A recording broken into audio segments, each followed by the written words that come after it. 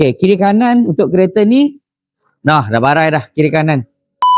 Okay, 1 minit hari ni. Okey, hari ni sama je. Kes bunyi lagi. Biasalah kalau cari kami, kalau tak bunyi aircon. Siapa yang pakai Vios Dugong NCP93 ni, biasanya dia akan ada pakai absorber link jenis macam ni. Vios first model tak ada pakai absorber link tau.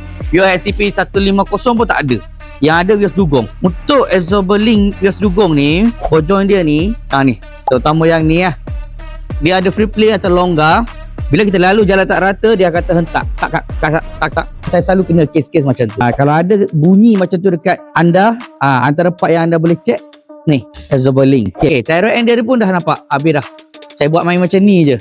Sebab tu bila lalu jalan tak rata, dia boleh keluar bunyi ketak-ketak disebabkan ni ball joint ni. Mana-mana part yang ada ball joint. Tengok sini ada ball joint, sini ada ball joint. Kereta ni owner ni dia ingat seret rosak. Dia nak tukar seret sebab ada bunyi. Jadi bila saya check, seret dia tu boleh pakai lagi. Lagi satu rear end dia pun ada ball joint. Nampak?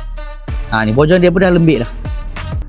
Sebab tu saya kata kalau datang kat kami, saya akan check macam ni lah. Confirm barang ni betul-betul rosak, baru kita recommend anda tukar. Kita bukan main, bang try tukar barang ni. Tak. Sama juga dengan absorber ni.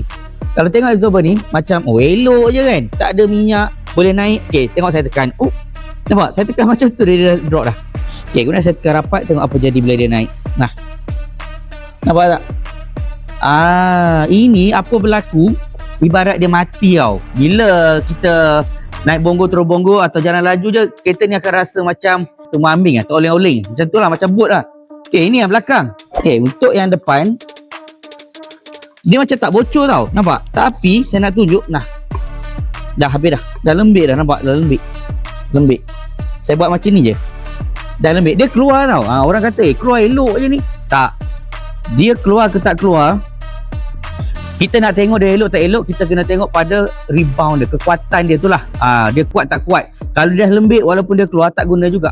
Ibarat lembik ni, bila kita lalu, kita speed ke, kita corner ke, kita akan rasa macam nak terbalik, nak terbabas. Sebabkan dia ni, dia dah tak kuat, dah tak strong dah pegang ni. Maksudnya dia tak kuat untuk menahan beban kereta kita waktu kita corner tu. Ini pun banyak jadi dekat kereta Vios. Nama ni stabilizer babush atau kami panggil babush lah. Okay, babush ni dia ada lubang. Nampak? Dia ada lubang. Lubang dia ni dia akan pegang stabilizer bar dengan fit macam tu. Tapi kalau dia ada free play sikit je, dia akan kakak. Jadi jangan sakit kepala lah. Kalau anda ada bunyi pelik tu, nak kami check, nak kami tunjuk betul-betul part tu rosak, boleh bawa datang ke Fizi Motorsport Sunway Post. Sebab hari ni set Mechanic power, semua boleh settle. Kena tak mati terus hidup macam kena sihir battle. Bunyi pelik jadi senyap.